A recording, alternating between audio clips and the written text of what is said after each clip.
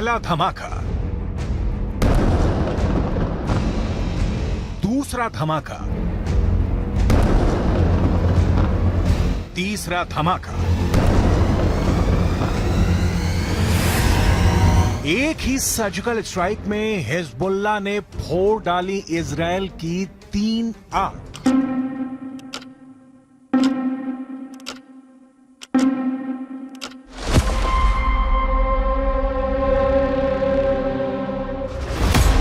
पहली आंख, दूसरी आंख, तीसरी आंख। हिजबुल्लाह ने मिसाइल अटैक करके इजराइल की 3 आंखों को फोड़ दिया। ये मेरान एयर सर्वेलेंस बेस है और यहां इजराइल के रेडार और कम्युनिकेशन सिस्टम थे, जिससे वो लेबनान में हिजबुल्लाह पर नजर गड़ाए रहता था।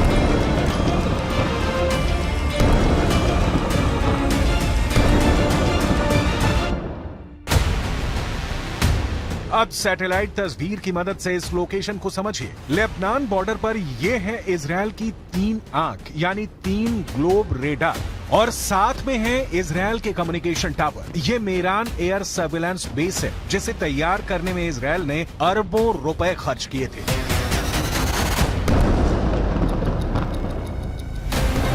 यही वजह है कि लेबनान के हिजबुल्लाह ने इसे अपना सॉफ्ट टारगेट बनाया। बेरूत में हमास के डिप्टी चीफ सालेह अल अरूरी की मौत के बाद यह हिजबुल्लाह का इजराइल पर सबसे बड़ा हमला है।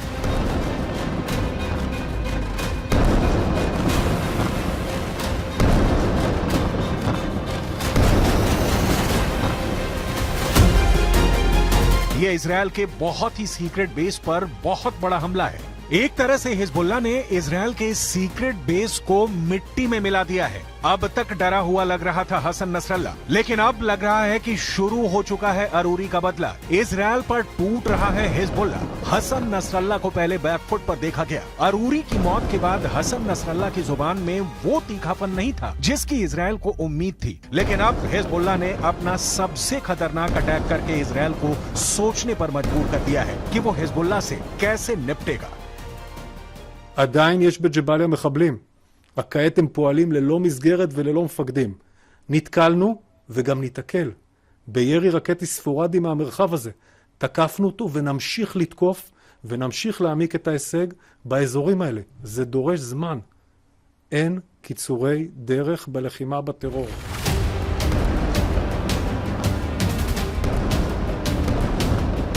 इस वक्त लेबनान और इजराइल के मौत वाले बॉर्डर पर हिजबुल्लाह का पूरा कंट्रोल है। हिजबुल्लाह अब ऐसी मिसाइल फायर कर रहा है जिसके आगे इजराइल के टैंक अपनी तोप रगड़ते हुए नजर आ रहे हैं। हिजबुल्लाह ने निकाली हैं 3 बहुत ही खतरनाक एंटी टैंक मिसाइल और मल्टी बैरल रॉकेट लॉन्चर। ये मिसाइल ईरान से सप्लाई की जाती रही हैं और ऐसी मिसाइलों का हिजबुल्लाह के पास बहुत बड़ा जखीरा है।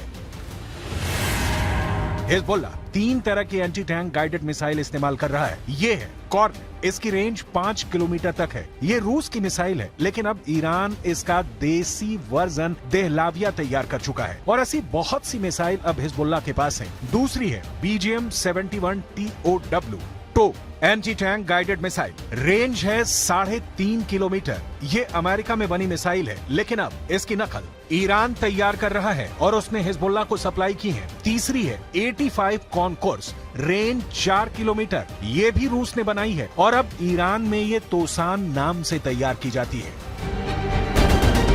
इन्हीं मिसाइलों से हिजबुल्लाह ने इजराइल के मेरान एयर सर्विलांस बेस पर हमला किया है। ये तीनों मिसाइल बहुत ही घातक है और जिस तरह से इन्होंने इजराइल के अड्डे उड़ाए हैं, उससे ये बात साबित हो जाती है। हिजबुल्लाह का दावा है कि उसका हर हमला इजराइल को मुंहतोड़ जवाब है। बताया जा रहा है कि हिजबुल्लाह ने इस अड्डे को उड़ाने के लिए 60 से ज्यादा मिसाइल फायर की हैं और सभी अपने टारगेट पर लगी।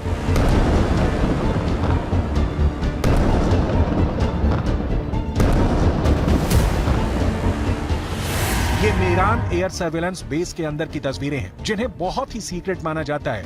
ये बेस 1967 में बनाया गया था ताकि लेबनान बॉर्डर पर नजर रखी जा सके। इसका कंट्रोल इजराइल की एयरफोर्स के पास है। इस बेस से हवाई टारगेट को भी ट्रैक किया जाता रहा है और रॉकेट और तोप के गोलों को भी ट्रैक किया जाता है ताकि लेबनान बॉर्डर से लगे उत्तरी इजराइल के इलाकों को सुरक्षित रखा जा सके।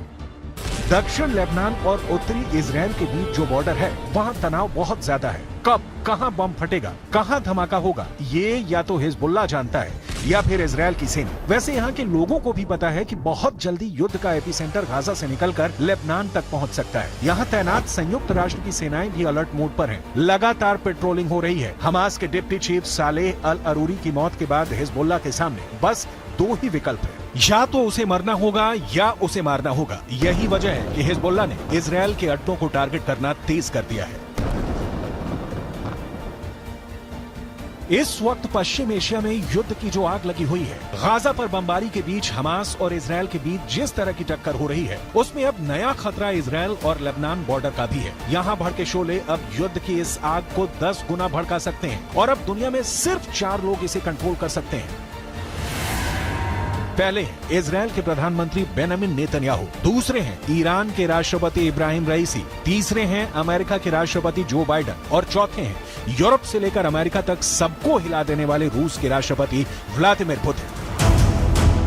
इस वक्त सबसे ज्यादा एक्टिव ईरान है। खासकर किरमान में आतंकी धमाकों के बाद ईरान ने हिजबुल्लाह और यमन के हूथी विद्रोहियों को चौकन्ना रहने के लिए कहा है। ईरान ने इन दोनों मिलिशिया तक पहले ही इतने हथियार पहुंचा दिए हैं कि अगर इजराइल ने गाजा पर बमबारी नहीं रोकी तो हिजबुल्लाह और हूथी दोनों इजराइल पर बम बनकर फट सकते हैं। ये बात नेतन्याहू भी जानते हैं। הנחתה את צה"ל לצאת למלחמה כדי לחסל את החמאס, להשיב את חטופינו ולהבטיח שעזה לא תהיה עוד איום על ישראל. אסור לעצור את המלחמה עד שנשיג את כל היעדים הללו.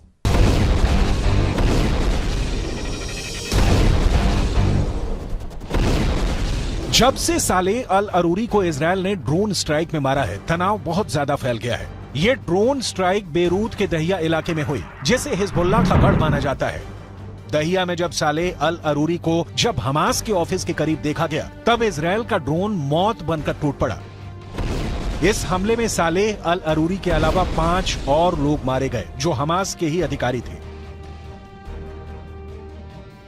सवाल है कि क्या अरूरी की मौत का बदला अब सीधा युद्ध होगा, जिसमें बड़ी लड़ाई इजराइल और हिजबुल्लाह के बीच होगी। ऐसा युद्ध जिसमें इजराइल की तरफ होगा अमेरिका, जबकि हिजबुल्लाह की मदद करेगा ईरान। हालांकि बेंजामिन नेतन्याहू इससे पहले ही बेरूत को गाजा बनाने की धमकी दे चुके हैं।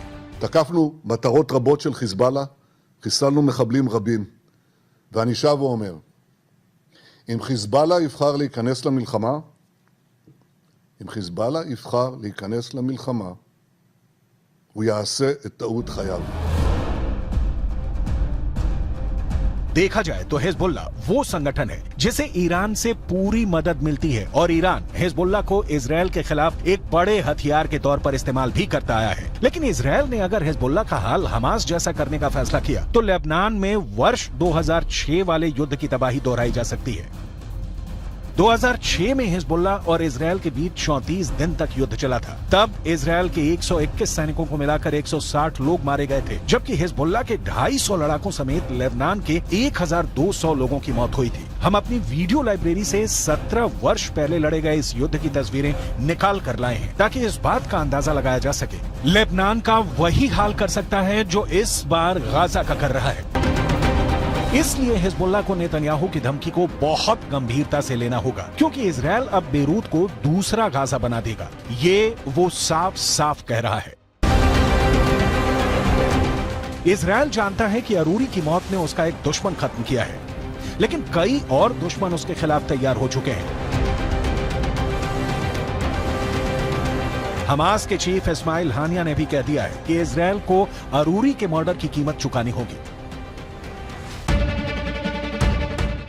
अरूरी की मौत से इजराइल के 3 बड़े दुश्मनों को बहुत जोरदार झटका लगा है। पहला झटका हमास को लगा है, क्योंकि सालेह अल अरूरी इस्माइल हानिया के बाद हमास में दूसरा सबसे बड़ा नाम था।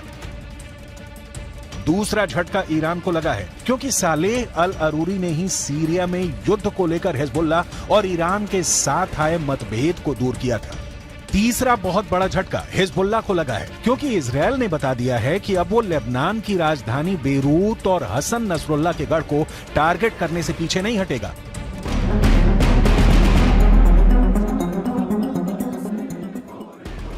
इस वक्त गाजा के बाद वेस्ट बैंक में भी युद्ध के हालात बनते नजर आ रहे हैं। सालेह अल अरूरी की मौत के बाद वेस्ट बैंक में प्रदर्शन शुरू हो गए हैं। सड़कों पर हजारों लोग इजरायल के खिलाफ उतर आए हैं।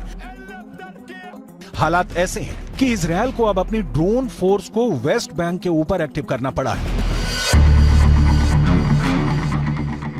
देखा जाए तो वेस्ट बैंक इजरायल के खिलाफ 5वां मोर्चा है।